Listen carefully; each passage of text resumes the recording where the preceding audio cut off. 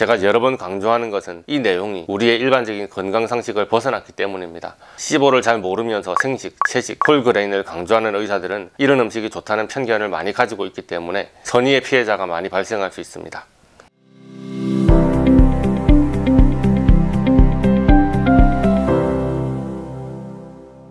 안녕하세요, 명쾌한 최원장입니다. 오늘은 시보에 대해서 말해보려고 합니다.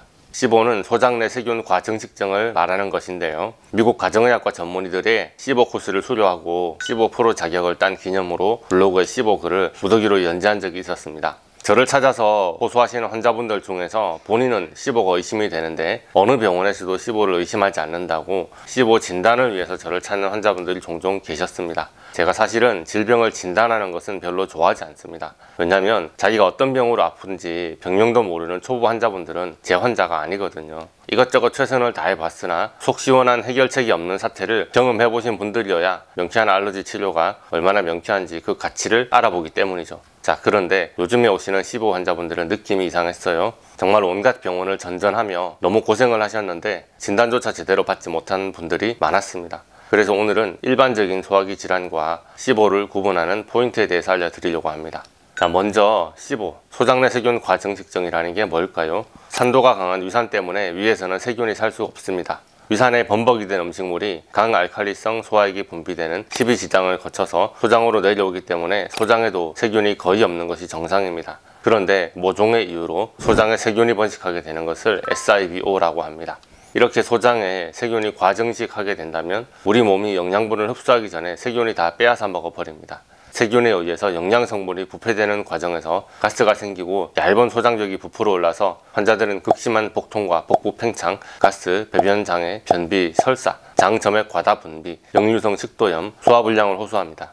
속이 부글거리거나 더부룩하고 메스껍다고 하십니다. 심한 경우 아예 식사를 하지 못해서 거식증으로 악화되기도 하고요. 시보는 브레인포그, 만성피로, 집중력 저하, 관절 통증, 체중 변화, 우울증, 불안감, 불면증, 건망증, 음식 알러지나 여드름, 습진, 발진, 주사비 등의 피부질환으로 악화되고 그 외에 신부전, 간부전, 신부전, 뇌경색, 암, 치매 등 전신질환의 원인이 될 수 있습니다.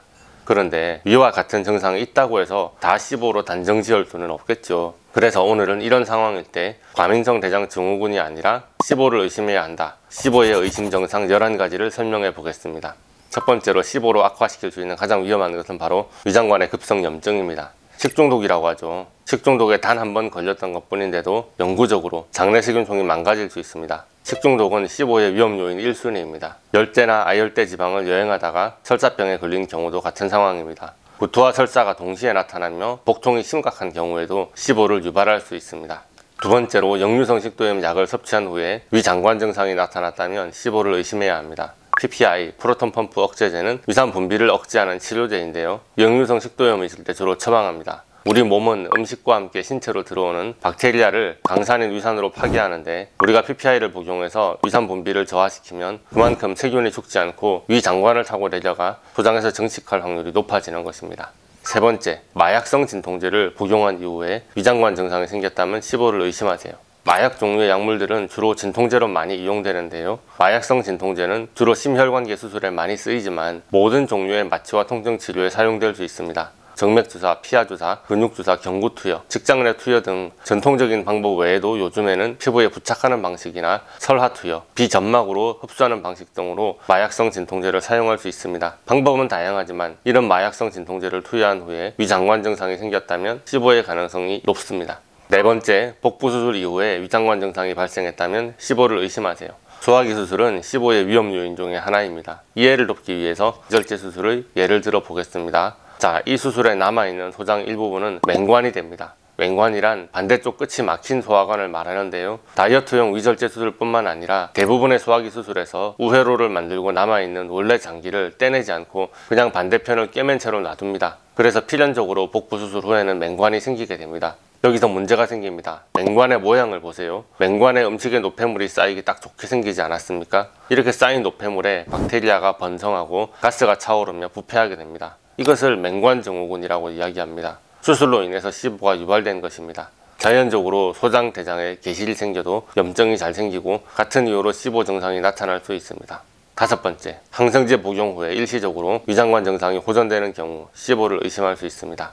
항생제는 시보의 유일한 치료법이라고 말할 정도로 양방의 시보 치료에서 중요한 역할을 합니다. 항생제가 일시적으로나마 소장에 과잉 증식하고 있던 세균을 사멸시키는 역할을 하기 때문이죠. 일반적인 항생제는 체내의 모든 세균 종류에 치료 효과를 보입니다. 그래서 폐렴, 복막염 같은 세균 감염 증상에 항생제를 복용한 것 뿐인데 그쪽과 전혀 상관이 없는 소화기의 장내세균도 같이 죽습니다. 유익균이든 유해균이든 상관없이 말이죠. 보통은 항생제를 복용하면 장내세균총의 균형이 망가지고 유해균이 득세하기 쉬운 환경으로 바뀝니다.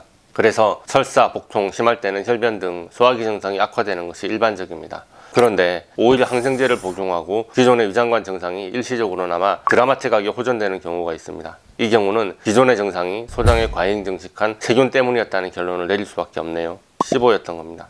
여섯 번째, 탄수화물 섭취 후 복부 팽만감을 느끼는 경우 시보가 의심이 됩니다. 탄수화물은 소화대에서 당뇨가 되는데 당뇨는 1차적으로 세균의 먹이가 되기 때문이죠. 소장에 세균이 증식해 있다면 소장에서 세균에 의해서 발효되고 부패하면서 가스가 많이 발생하는 원인이 됩니다. 그래서 쌀밥을 제외한 곡류, 견과류, 씨앗류, 콩류, 야채와 과일, 설탕과 감미료, 우유의 젖당, 사골국 등의 연고를 드시고 복부 팽만감을 느낀다면 시보가 의심됩니다. 여러분이 모두 한탄하시는 것을 잘 알고 있습니다. 저런 음식들이 다 증상을 악화시킨다면 도대체 뭐를 먹고 살라는 말일까요? 다 먹고 살자고 하는 짓인데 도대체 먹을 게 없어. 근데 한편 거꾸로 생각해보면 시보 환자분들은 이런 일상적인 음식을 먹을 때마다 올라오는 극도의 통증을 견디면서 살고 계신 거잖아요. 정말 안쓰럽고 마음이 아픕니다.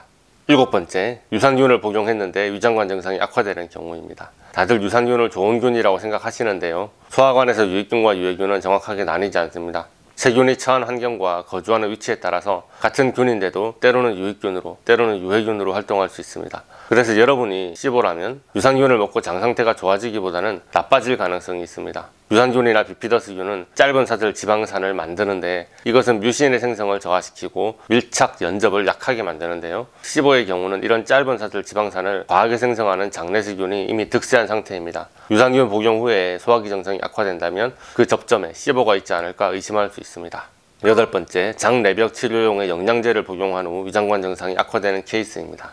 장 상태가 좋지 못하다고 느낄 때 많은 분들이 장 누수증후군을 의심하곤 합니다. 장관 점막의 세포벽 사이에 치밀 결합이 느슨해져서 세포벽이 벌어진 사이로 소화가 덜 된 이물질이 체내로 침투해서 복통과 복부의 불쾌감, 소화불량, 가스, 변비나 설사 등의 증상을 유발하곤 합니다. 이런 경우 점액다당류, 즉 장 내벽의 표면을 감싸고 있는 점액질의 재료가 되는 성분을 복용하는 것이 새는 장을 치료하는 데 도움이 된다고 합니다. 그런 종류의 영양제가 시판되고 있습니다. 물론 국내의 병의원에서 직접 처방하진 않지만 해외 사이트에서 직구해서 드시는 분들이 많이 있죠. 이론적으로는 점액 다당류 성분의 영양제를 복용하면 새는 장이 복구되면서 소화기 증상이 잘 회복될 것 같습니다. 그런데 이 영양제를 경구로 복용하고서 오히려 소화기 증상이 악화되는 경우가 있습니다. 복합당 성분이 대장의 점액질을 복구하기 전에 소장에서 대량 증식하고 있었던 세균들의 먹이가 되어버리는 케이스입니다. 변비나 설사, 복부의 불쾌감, 가스 등의 소화기 증상이 장 누수증후군 때문이 아니라 시보 증상일 것이라고 의심이 가는 경우죠. 아홉 번째, 섬유질이 많은 식사가 위장관 증상을 더 악화시키는 경우입니다. 샐러드, 그린 스무디, 현미채식, 생식, 껍질째 먹는 홀그레인, 보통은 장내 세균총의 먹이가 돼서 마이크로바이옴의 균형을 잡아주는 이런 음식을 건강식이라고 하는데 시보가 심한 경우라면 위의 음식들은 대장에 도달하기 전에 소장에 증식한 세균들의 먹이가 될 수 있겠죠. 이런 종류의 건강식을 드시고 증세가 악화된다면 시보를 의심해야 됩니다. 비슷한 이야기를 반복하는 것 같은데요. 제가 여러 번 강조하는 것은 이 내용이 우리의 일반적인 건강상식을 벗어났기 때문입니다. 시보를 잘 모르면서 생식, 채식, 홀그레인을 강조하는 의사들은 이런 음식이 좋다는 편견을 많이 가지고 있기 때문에 선의의 피해자가 많이 발생할 수 있습니다.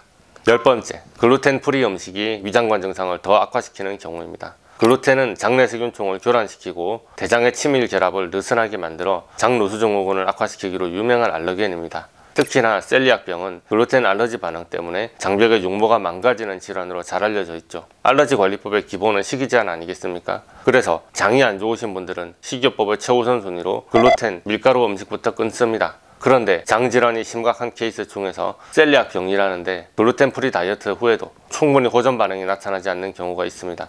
심지어는 증상이 더 악화되는 경우도 있고요. 그런 경우에는 저는 셀리악병보다는 시보를 의심하는 방향이 맞다고 생각합니다.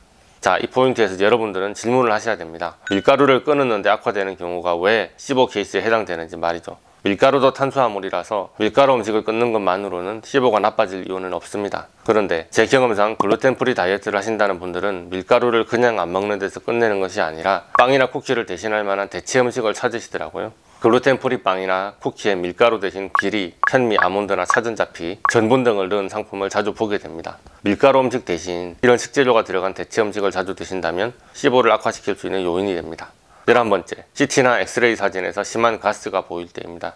CT나 엑스레이 사진에서 췌장이나 내장 기관이 가스에 가려져서 잘 보이지 않을 정도라면 정상적인 가스로 보기는 어렵고 시보를 의심해 봐야 됩니다. 시보 환자들의 장내 세균이 음식을 발효하여 가스를 만들어내는 수준은 일반인의 5배에 달하는 정도입니다. 그런데 이런 부분을 판단하는 것은 환자들의 영역은 아니니까 시보 사진 정도만 올려봅니다.